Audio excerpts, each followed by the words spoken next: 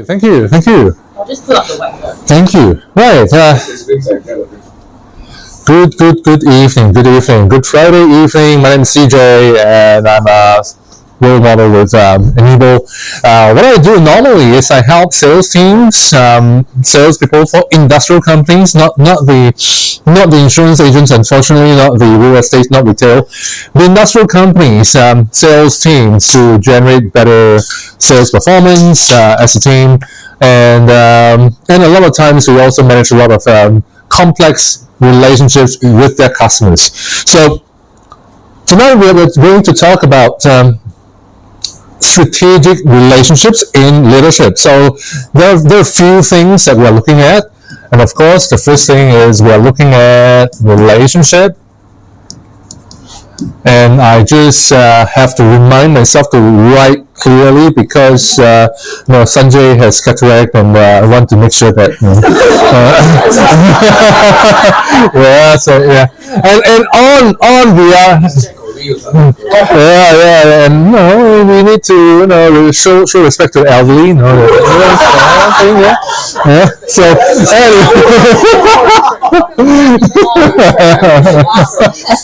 right,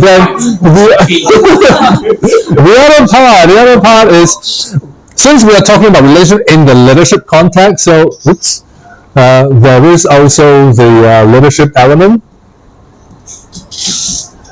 Right, and of course we want to make it a bit strategic. Oh man, suddenly I forgot how to spell strategic. Yeah, right, great. So thank you. So now let's start with relationships. Now, when we before I talk about relationships, some of us who have spoken with know me. I spent 16 years of my career in China. Right, and right now I still fly like every month to China, run business over there. So when it comes to relationships, a lot of people think about China relationships and all that. So what's the first thing that comes to your mind when we use the word relationship?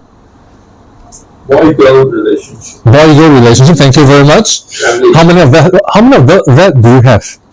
How many of those do you have? Many. You give answer. But he's not on camera. It's not on camera, so you know Right. What else? Alcohol. Okay, thank you very much. Alcohol. What do you think will be the basis of all relationships? Connections.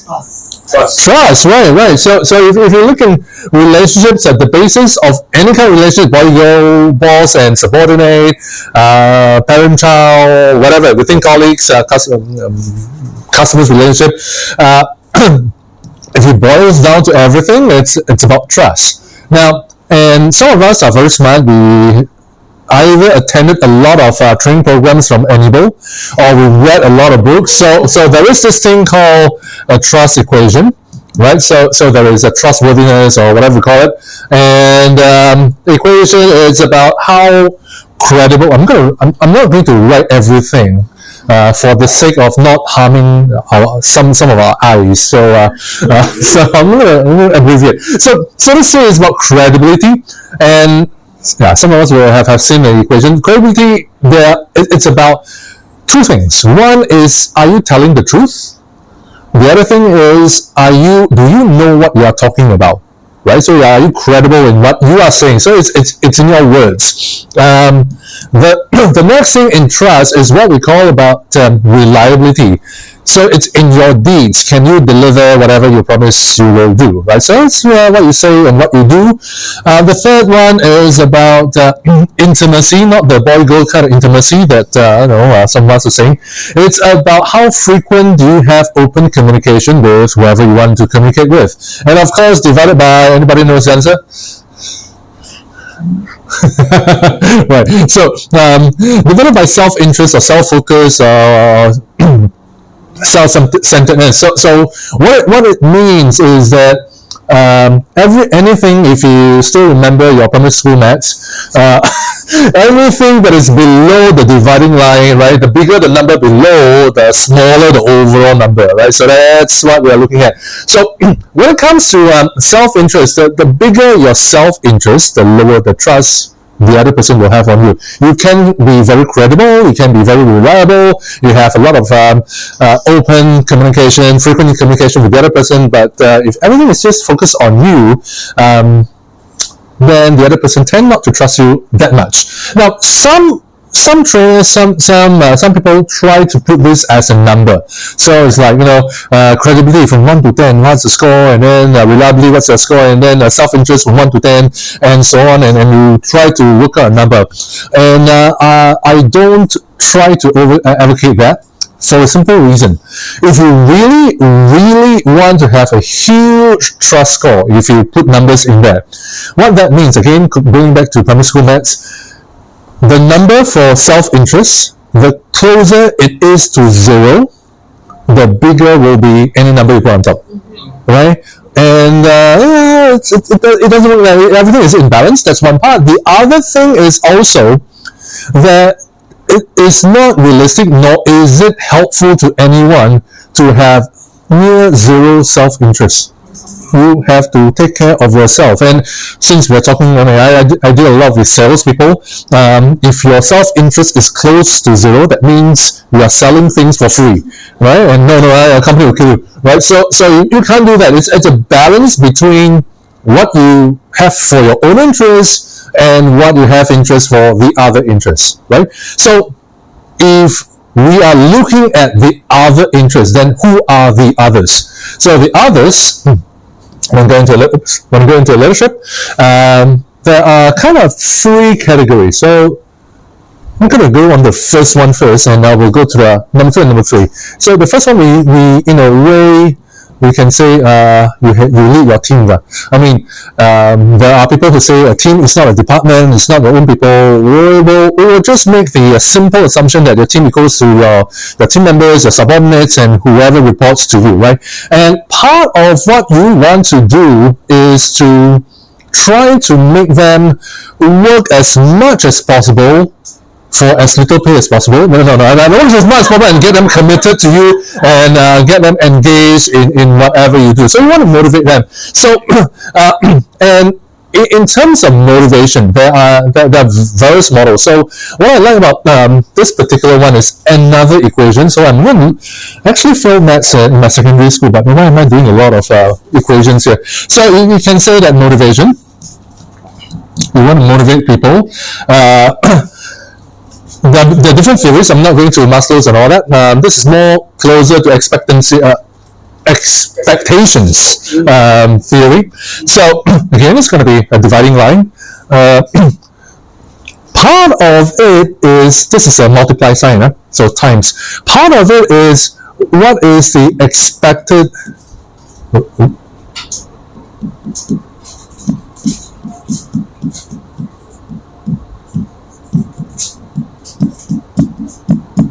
what is the expected payouts? If you ask me to do X, whatever X is, part of it is, what can I get?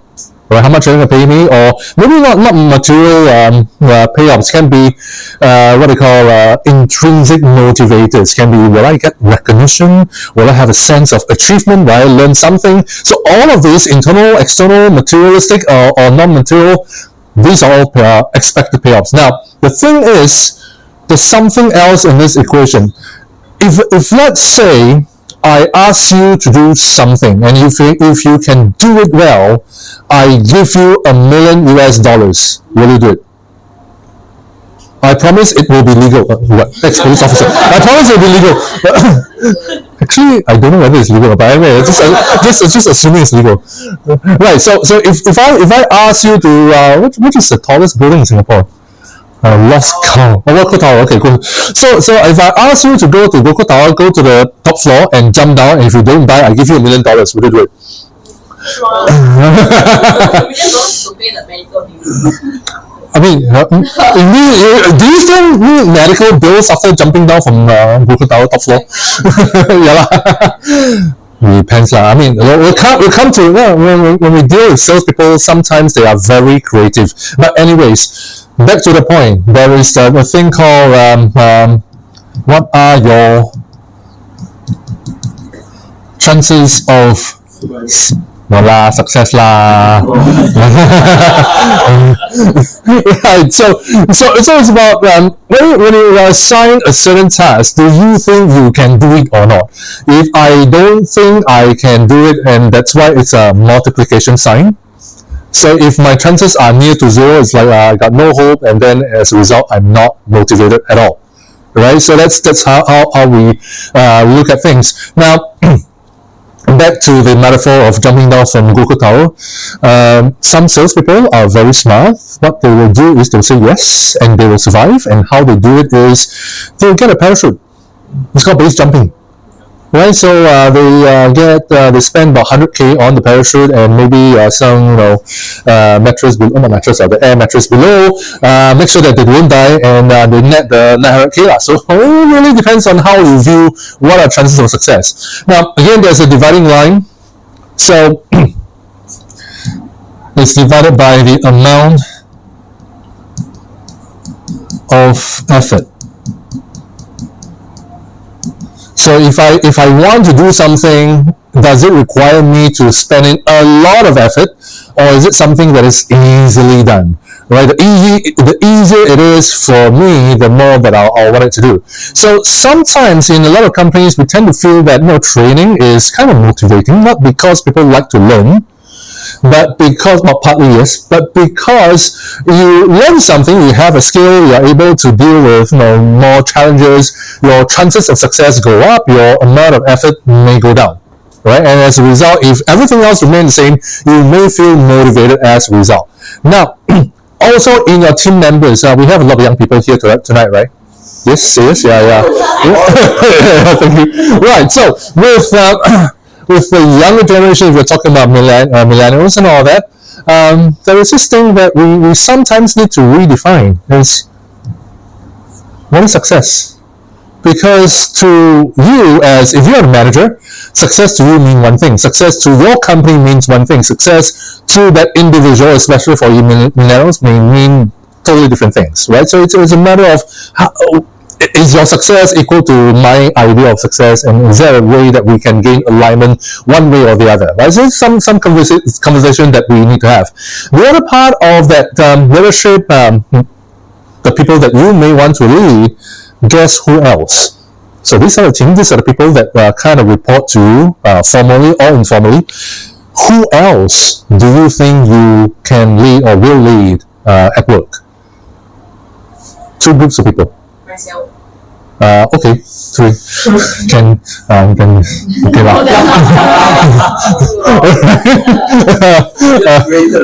Yeah, ta-da!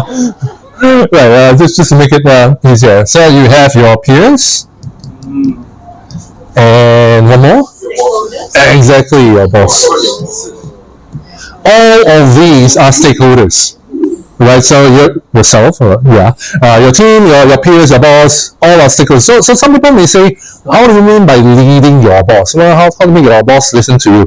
Now, there's a difference between managing and leading, or there is a difference between the word manager and leader, right? And to make it easier to understand, manager usually it means a job title. Leader, usually it's not. I mean, there are job titles that there is something leader, but usually it's not. And what it means is that if you really lead, it's about how you influence your stakeholders to achieve a common goal or your goal, right? So that's somehow we look at it. And in terms of your peers, and in terms, the moment you become a manager, you find that you realize that managing or leading your team is only one part of the people you lead. You need to lead your peers to somehow have cross-department collaboration to help you and help each other out. You need to lead your boss to give you the resources as much as possible to support you to do stuff. Correct? Yeah, right, yeah. So, and to do that, that's where the strategic part comes in. So anything strategic, usually, again, where should I put it? Okay, I put here. Anything that is strategic usually will have a 2x2 matrix lah. Those textbooks say. So, and on the This is y-axis. On the y-axis, we have the level of support. Let's see. So, which means the level of support that these people may have for you. So the higher it is, the bigger the support. And on this part, we have what we call the level of influence, right? As in how influential is this person? Like real estate. Like that one. Oh, thank you. Right. And since we talk about 2x2, so and we have something like this lah, right? So you have 2x2, and of course the people with a huge amount of influence in your organization and are really, really supportive of you. That's where we call them champions, right? So they're not that they are world champion, but they champion your cause. Whatever you want to do, they have the influence. They have this, they are truly supportive of you. They really want to see you succeed, right? So that's one part. The other type of people is they are very supportive, but they are not so influential. So we call them supporters. You know, just like anyone soccer fans. We are soccer fans. We all cheer for our teams, but is there anything you can do for your team? Nothing, right? Except for paying money if you buy tickets, right? But other than that, nothing. So there are supporters, and there are, on the flip side, people that don't quite support you. So the ones that don't support you and will nag around, they don't really have much influence, but they will nag all day long with you and complain about you. So we... No lah, not so bad. Not haters lah, resistors lah, not haters lah. But on the other hand, so we have the real extreme one, the ones that are really, really influenced and they hate you. This is what we call Voldemort. So, they're so influential they can kill you, with one. That's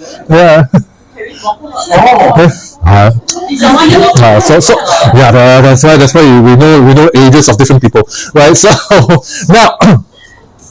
now the thing is, a lot of people who say stakeholder management, what you do is you first win over the champions. Right, you win the champions, then there are people who are influential, they are supportive of you. That's a good start. After you win over the champions, the step 2 is to win over the supporters. Right, so even though they are not influential, but they are supportive of you, you have a mass of people who will support you. And when the mass of people are there to support you, the resistors somehow will weaken their hatred for you, and somehow they just do that, right? And we just what I call put aside or step aside the Voldemorts, right? So that's how a lot of people will say that's what you should do. Now, there's another thing. Is there a way, because in terms of influence, these two people are very influential. Is there a way to turn a Voldemort into a champion? How? You motivate them to support you. Yep. In a way, we're really talking about motivate, but motivate what and how? Mind you, the Voldemorts of the world are likely to be a few pay grades above your pay grade. Right, so how do you do that? To cut a long story short, whether they are champions or why people become champions, why people want to help you, is it because you look great, you look good? No, it's you. Yeah, part of it, but usually not. The reason that people want to help you is because whether they are Voldemorts or champions. Vested interest. What kind of vested interest? They are. Pockets bigger. I make the story easier. KPIs. What are the KPIs? Are you able? Firstly, do you know what are the KPIs? And are you able to somehow help them achieve the KPIs? Right? And KPIs are annual. So beyond KPIs, what are the priorities? Priorities means what they need to do this week, this month, or the longest this quarter. If they don't do it, they die. Alright, so it's something that they have to do in the nearer term. So priorities, KPIs, if you know those, and what are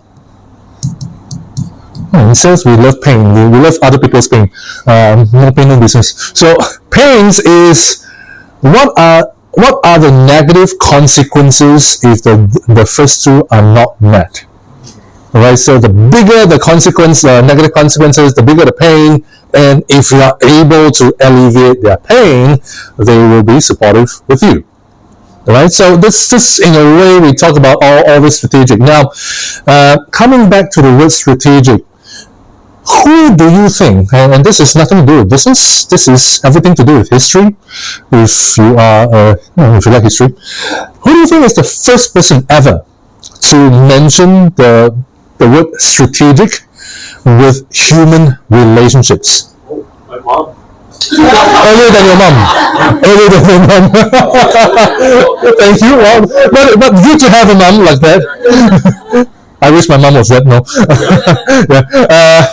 Yeah. Who do you think was the earliest person to talk about strategic and how you deal with other human beings? You need to be strategic in your dealings with other human beings.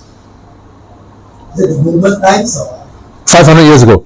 500 years ago. I wasn't born. I know. Confucius. I know it's 2,000 years left. Is that right? European side or the Chinese side? European side start with M. McDonald's. Thank you very much. Yes. It's Machiavelli. Who's that? Right, so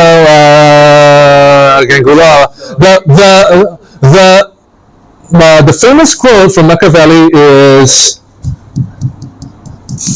the ends justify the means, right? Now, of course, in what he meant was like you need to manipulate and kind of bluff people, steal and deceive and cheat and so on. That's not what we are looking at. But what we can change towards and make it appropriate for any corporate situation.